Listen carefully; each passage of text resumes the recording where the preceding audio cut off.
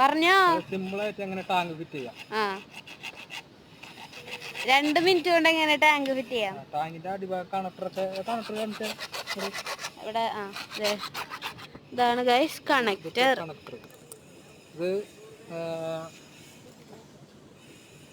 വെള്ളം ഓവർഫ്ലോ എങ്ങനെ ഇടാൻ നോക്കാം. ഓവർഫ്ലോ നമ്മൾ നേരെ ഡയറക്റ്റ് ഇറക്കാണ്ട്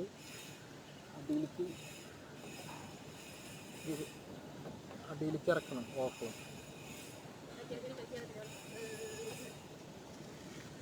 ഇതാണ് നമ്മുടെ ടാങ്ക്. പൈപ്പ്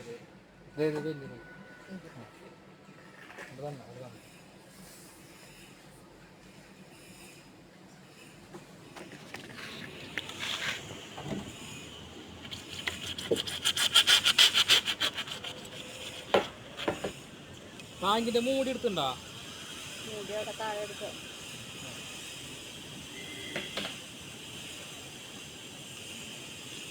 അടിഭാഗത്ത് എടുത്താ